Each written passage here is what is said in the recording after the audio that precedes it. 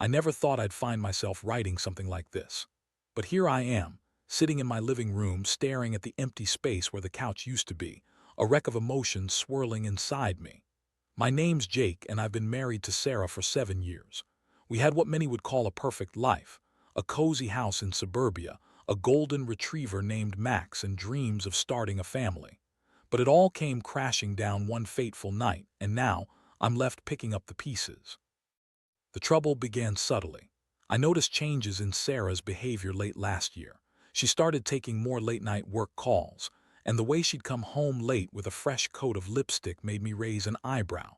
I tried to brush it off. Maybe she was just overwhelmed at her job as a marketing executive. But the nagging feeling in my gut wouldn't let go. Friends told me I was being paranoid, but I knew something was off. The breaking point came on a Friday night. Sarah claimed she was going out for drinks with some coworkers to celebrate a big project launch. I encouraged her to go, thinking it was a good opportunity for her to unwind. I even offered to make her a drink to take with her, trying to be the supportive husband. Little did I know, my unsuspecting kindness would set the stage for disaster. That night I was at home, flipping through channels when my phone buzzed. A text from an unknown number lit up the screen. "Dude, Sarah crashed our car sneaking out with Brian. I think you should know." My heart plummeted. Brian was a guy from her office whom I had always thought was too friendly with her. I dismissed it at first, thinking it could be a prank, but the pit in my stomach told me otherwise. I rushed to the nearby bar where I usually knew Sarah would be. I parked my car, heart racing, and took a deep breath before stepping inside. As I walked in, the scene was surreal. There was Sarah, laughing too loudly, her hand wrapped around a drink, and right beside her was Brian, leaning in a little too close, whispering something in her ear. My blood ran cold, and all those nights of doubt came crashing back. I stood frozen for a moment, my mind racing with disbelief and anger. Before I could think it through, I stormed over to them. "What the hell is going on here?" I shouted, drawing the attention of the other patrons. Sarah's face turned white, her laughter abruptly cut off. Brian looked like a deer in headlights. "Jake, I can explain." Sarah stuttered, clearly flustered. Her attempt to sound innocent only added fuel to the fire. I felt like I was losing control of the situation. I wanted answers, not excuses. "What's there to explain? You're here with him while I'm at home waiting for you." I shot back, the hurt and betrayal spilling over. I had expected a defense or a denial, but Sarah's demeanor changed. She took a deep breath and stood her ground. "I was just having fun, Jake. It's not what it looks like," she said, flipping her hair over her shoulder, trying to regain her composure. There it was, the classic line. I could see the defiance in her eyes, but it didn't mask the guilt. "Not what it looks like. You crashed our car while sneaking out. How do you explain that?" I could feel the anger boiling inside me, but I was also crushed. I wanted to scream, to shake her until she admitted the truth, but something inside me froze. Her excuses came tumbling out. She was just out celebrating. It was harmless fun. She swore nothing was going on between her and Brian. Yet the way she spoke felt rehearsed, almost robotic. I wanted to scream at her, to shake her logic into submission. But all I could do was stand there, feeling the weight of betrayal compressing my chest. As I walked away from that bar, the thought of my life with Sarah shattered in my mind. I felt like I was watching a movie detached from reality. How could she do this to us? The emotional chaos roared within me, pushing me toward a decision that would change everything. I didn't sleep that night.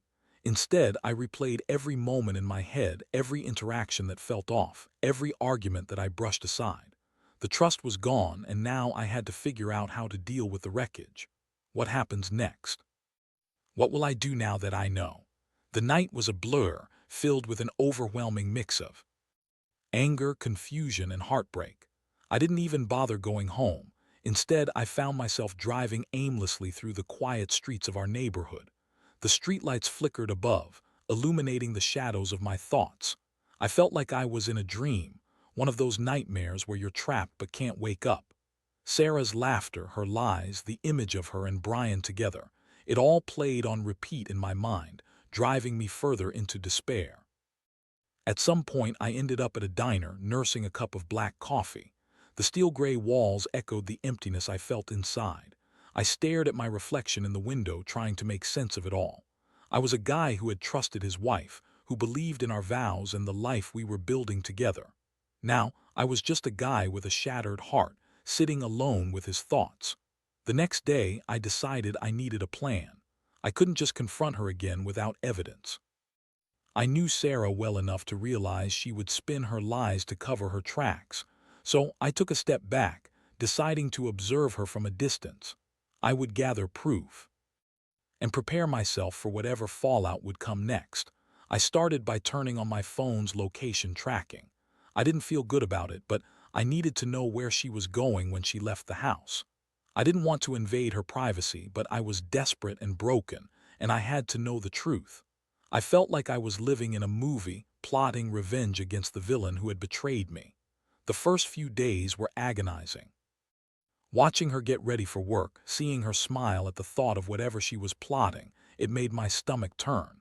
I would ask her mundane questions about her day, trying to play the oblivious husband, but every time she'd answer, I could hear the lies woven into her words. "How was your meeting today?" I asked, and she'd say, "Just the usual stuff, Jake." The way she brushed it off made me feel sick. Then one evening, I got a notification that her phone was moving, about 15 minutes from our house, down by the waterfront. My pulse quickened. I grabbed my jacket and slung my keys around my finger, pacing the living room before finally making the call. I had to go. As I drove, the adrenaline surged through me, battling against the dread pooling in my stomach. I arrived at the waterfront, parked my car, and waited. The sun was setting, casting a golden hue over the water, but all I could focus on was the impending confrontation. After what felt like an eternity, I saw her pull up in a cab. I recognized the tall figure stepping out, Brian. My heart raced as they greeted each other with a hug that lasted a beat too long. I felt like I'd been punched in the gut. They walked toward the dock, and I followed at a distance, my heart pounding louder with each step. They talked, and I couldn't hear the words, but I could see the way she laughed, how she leaned into him. I felt my stomach churn as jealousy and rage washed over me. I wanted to scream, to drag her away from him, but I had to stay calm. I was there for a purpose. I wouldn't let my emotions dictate my actions. Suddenly, they moved closer to the edge of the dock, and I could see the moonlight reflecting off. The water, it was picturesque, romantic, everything I thought we had before I found out the truth. Then, just as I thought my heart couldn't break any further, I saw her lean in and kiss him. It was a soft kiss, but it felt like a knife stabbing through my chest. I couldn't take it anymore. I stepped forward, my voice trembling but steady. "Sarah," I shouted, and they both turned to face me, their expressions shifting from shock to guilt.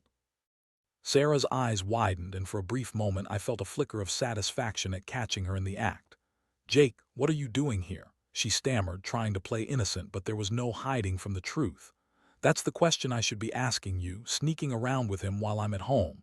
I felt fury rising in my throat. Brian stood awkwardly, and I could see the shame on his face. He knew he was caught too. "Jake, wait, it's not what you think," Sarah blurted out, her voice shaky. I didn't want to hear it. I had already seen too much. "Enough with the excuses. Just admit it, Sarah, you're cheating."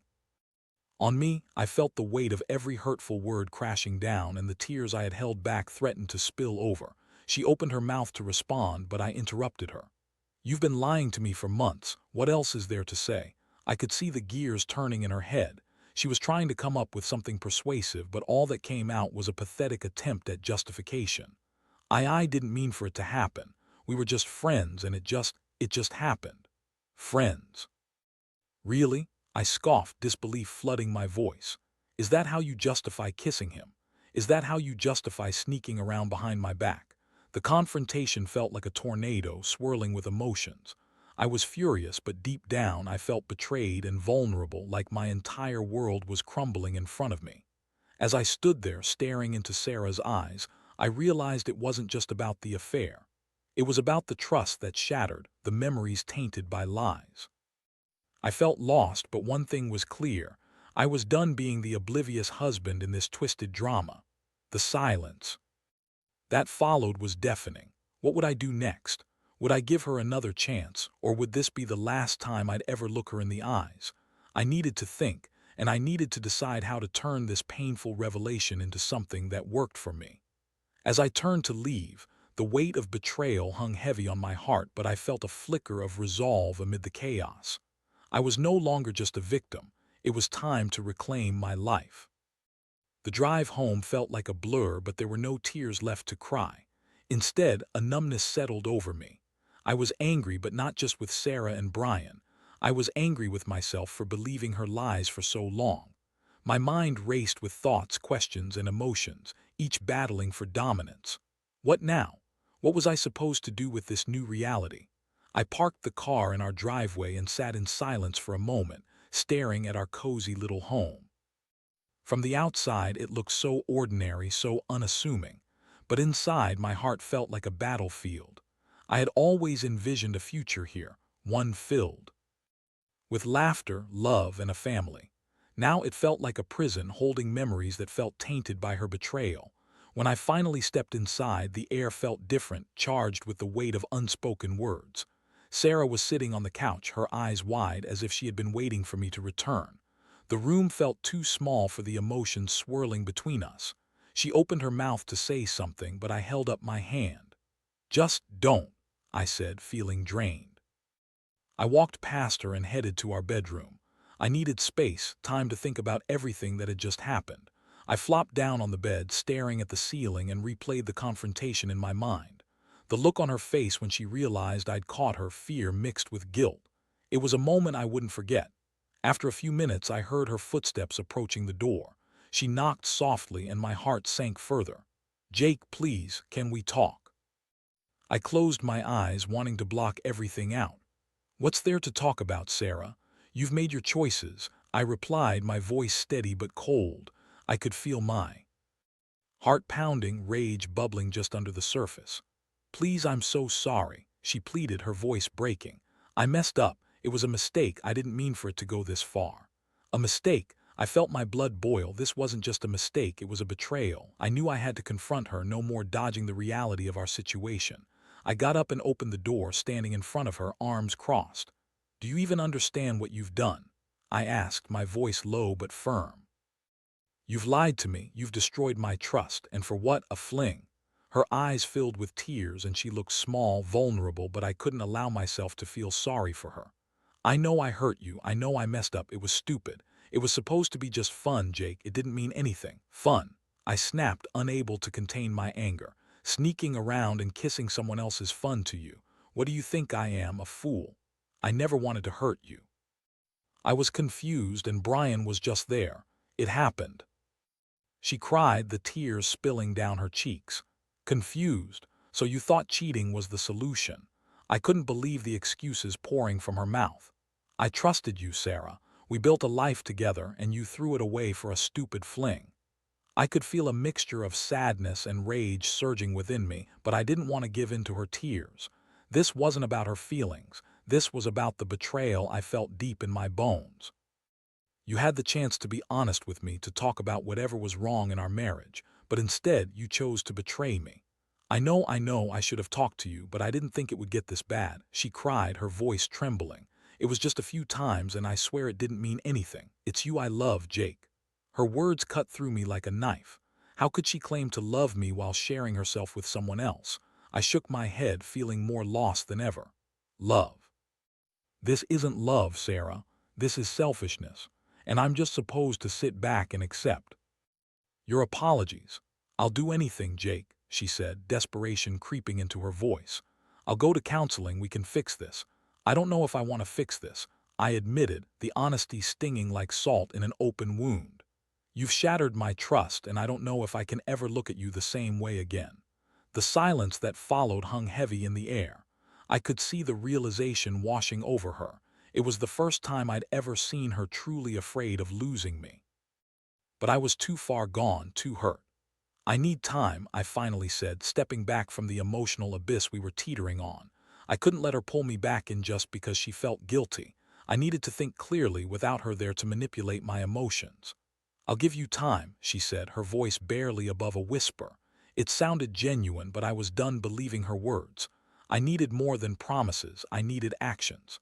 I turned away from her, leaving her standing in the doorway. I couldn't bear to see the woman I once loved appear so broken, but I also couldn't let her draw me back in. My heart was too raw, too fragile. That night I slept on the couch, the weight of betrayal heavy on my chest. My mind raced with thoughts of what to do next. I had some tough decisions ahead, and I wasn't sure where to even begin. Would I give her another chance? Could I ever forgive her? As I drifted into a troubled sleep, I resolved to take my time with the situation. I wouldn't rush into any decisions. I couldn't afford to be reckless with my heart anymore. The next steps were up to me, and I had to figure out what I truly wanted. The next few days were a haze of emotions. I couldn't escape the reality of Sarah's betrayal.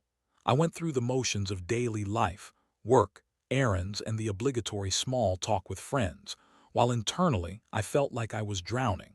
I had never experienced such a profound sense of betrayal and confusion. I kept replaying our confrontation in my mind, and every time the anger surged within me anew. Sarah gave me space, a gesture I wasn't sure was genuine or just another manipulation. She'd text occasionally, asking how I was doing, but I kept my replies short and emotionless. I couldn't afford to let her see my vulnerability again. I needed to maintain my distance, to give myself time to process everything I was feeling. It was during one of those quiet evenings that I decided to take action. I couldn't continue living in this limbo. I needed clarity. I reached out to a close friend of mine, Mark. He had been through a rough patch in his marriage a few years back, and I knew he could provide some perspective. We met at a local bar, a place we used to frequent during our college years. The atmosphere was lively, with laughter and chatter surrounding us, but I felt detached from it all. As I sipped my drink, I finally let the words spill out. "Mark, I think my wife is cheating on me." He looked shocked for a moment, and then the understanding set in. "Damn, Jake, I'm sorry to hear that. What happened?" I took a deep breath, recounting the events leading up to my discovery, from the late-night phone calls to the confrontation at the waterfront. I could see the sympathy in Mark's eyes, but he didn't sugarcoat his response. "Dude, that's rough. You deserve better than that. Have you thought about what you want to do?" That was the million-dollar question. I had spent days oscillating between anger and sadness, but now that I was faced with it, I realized I hadn't given much thought to my future. "I honestly don't know, man. Part of me wants to confront her again, but another part of me is just exhausted." Mark nodded, taking a sip from his beer. "You need to think about whether this is something you want to salvage or if it's time to cut your losses. You deserve someone who respects you." His words struck a chord with me. I had always prided myself on being a reasonable guy, wanting to work through issues rather than run from them. But this was different. I just can't shake the feeling that she won't change. She'll say all the right things to get me back, but what's stopping her from lying again? "Trust is huge, man. You can't rebuild a relationship without it," he replied. "If she's truly remorseful, she'll be willing to do whatever it takes to regain your trust. But if this is just a one-time thing for her to get you back on board, you need to think about whether that's enough." I mulled that over, feeling the weight of the decision pressing down on me. "I think I need to lay it all out there for her. I want to know if she's willing to fight for us, but I also don't want to be the guy who's just waiting around for a second chance that might never come." "Exactly. You have to set the terms for what you want," Mark said.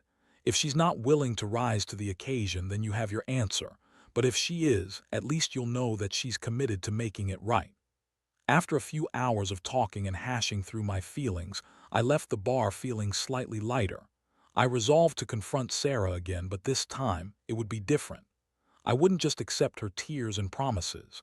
I needed clarity and assurance. That evening, I found Sarah sitting at the kitchen table, her face illuminated by the soft glow of the overhead light. She looked tired, her eyes red from crying. I felt a twinge of sympathy, but I pushed it aside. I had to stay focused. "Sarah, we need to talk," I said, my voice steady. She looked up, a flicker of hope crossing her face. "Okay, I'm ready," she said, wiping her eyes. I took a deep breath, forcing myself to remain calm.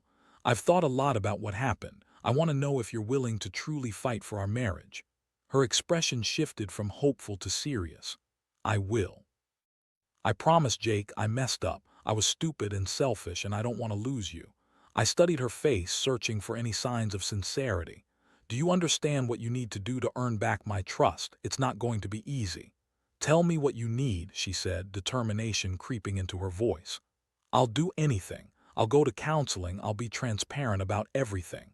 I'll prove to you that I want to fix this. Counseling is a start, but it's about more than that, I replied, trying to remain firm. You've shattered my trust, and I need more than just words. I need actions. If we're going to move forward, I need to know you won't put yourself in situations where you could be tempted again. I understand, she said, her voice trembling. I don't want to be that person anymore. I'll do better, I swear. I just want us back. As I listened to her, I felt a flicker of hope, but I also felt a deep-seated fear.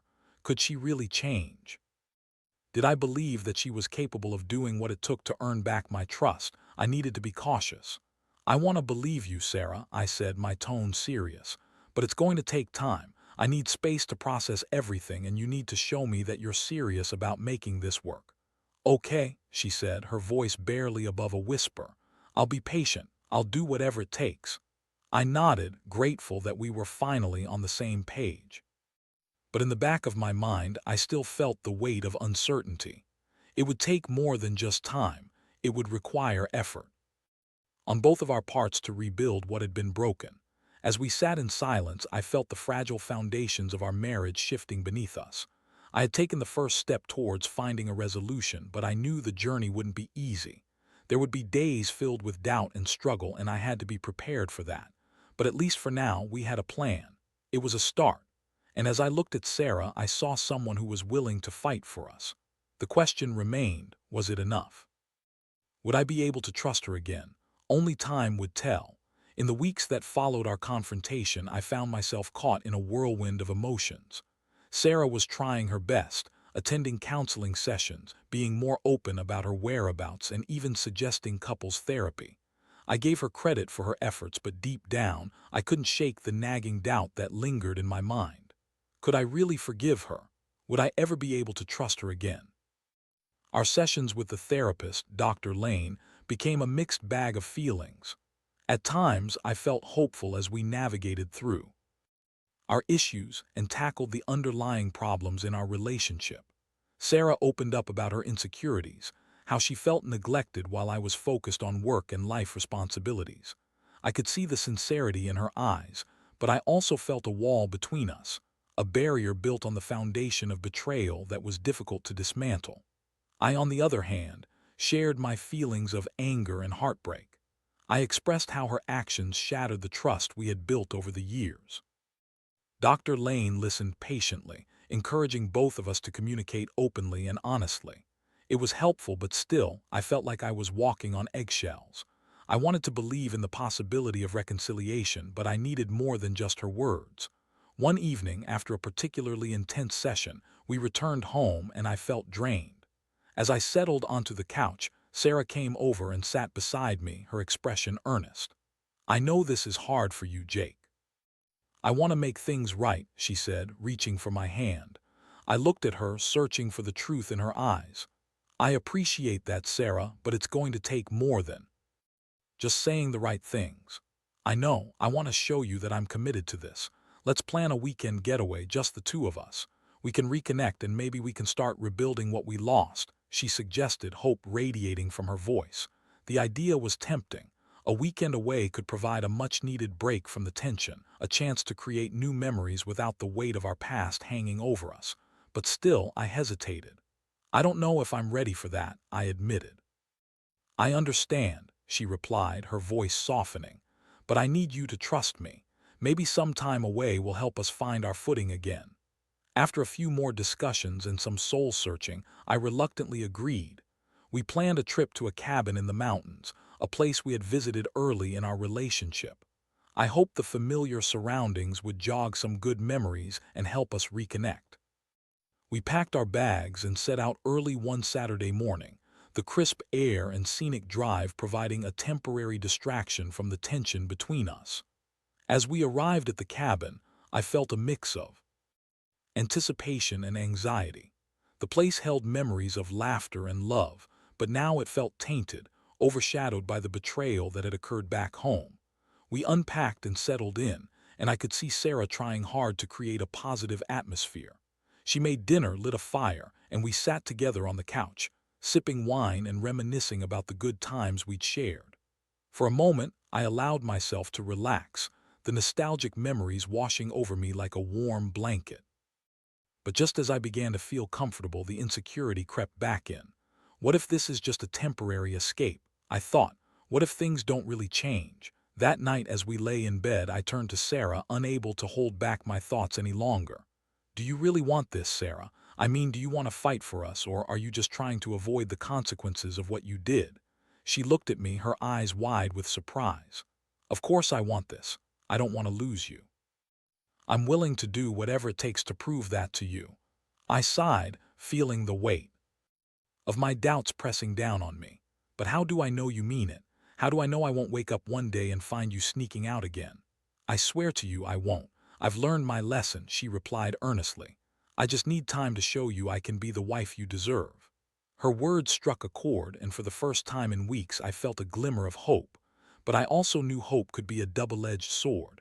I had to tread carefully, not allowing myself to get swept up in the emotions.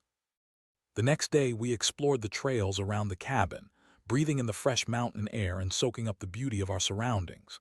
As we walked, I began to see glimpses of the Sarah I fell in love with, the one who laughed easily, who appreciated nature, and who had a zest for life. I tried to push aside the reminders of her betrayal, focusing on the moments we shared instead. We spent that evening sitting on the porch, wrapped in blankets, watching the sunset paint the sky in hues of orange and pink. In that moment, I could see how much Sarah wanted this to work, how desperately she was trying to reclaim the love we once had. The laughter, the warmth, it felt good, but the shadows of doubt still loomed. As the weekend came to an end, I found myself grappling with the question of whether I could truly forgive her. I wanted to believe in us again, but the scars of betrayal were deep. I needed time to process everything, to figure out if I was ready to take that leap of faith. On the drive back home, I could see Sarah stealing glances at me, searching for any sign of hope. I felt the tension in the air, but I also felt a renewed determination within myself to confront the truth, no matter how painful it might be. When we arrived home, I knew we were at a crossroads. The weekend had given us brief moments of happiness, but it hadn't erased the hurt. I had to decide if I was willing to take the risk of rebuilding our relationship or if it was time to cut my losses and move on. The next steps were crucial. I had to be honest with myself about my feelings, and I needed to communicate those feelings to Sarah. As I walked into our home, the reality of our situation loomed large. It was time to face the truth, no matter how difficult it might be. The question remained, could we truly start anew, or would we be forever haunted by the shadows of the past? After a long weekend away, I felt like I had returned home to a battlefield. The remnants of happiness we'd shared in the mountains were quickly overshadowed by the stark reality of our situation. I needed to confront Sarah, but I also had to confront myself. That evening, as we sat across from each other at the dining table, the atmosphere was thick with unspoken words. I could see the anxiety etched across Sarah's face. She was trying so hard to maintain a facade of calm, but I knew her better. "Jake, how do you feel about everything, about us?" she asked, her voice trembling slightly. I took a deep breath, the weight of my thoughts crashing down on me. "I feel confused," I replied honestly. "I want to believe that we can work through this, but the betrayal lingers like a shadow and it's suffocating." Tears welled in her eyes and she looked down at her hands twisted in her lap. "I know I've hurt you and I'm sorry for that. I never meant to betray your trust, Jake. I want to make amends. I want to be the wife you deserve," she said, her voice filled with urgency. I nodded, appreciating her sincerity, but I knew it wasn't enough this time. "Words are just words, Sarah. You need to show me you're willing to change, to put in the effort to rebuild what we lost. Trust is not easily given back once it's broken." "I understand," she said, her voice barely above a whisper. "What can I do? I'll do anything you ask. I just want to make this work." The vulnerability in her voice tugged at my heart, but I had to be strong. "I need transparency. You have to be open about where you go, who you're with, and what you're doing. No more late-night calls or secrets." I need to be your priority, not your second choice. Absolutely. I can do that, she replied earnestly, her eyes meeting mine. I want to prove to you that I'm committed to making this marriage work. I'll share everything with you. That part felt reassuring, but I was acutely aware that it was only the first step. And I think going to counseling together again is essential. It's going to take time, trust, and commitment from both of us, but I need to know you're ready to fight for it, Sarah. I am, Jake. I promise, she said, her voice steady now.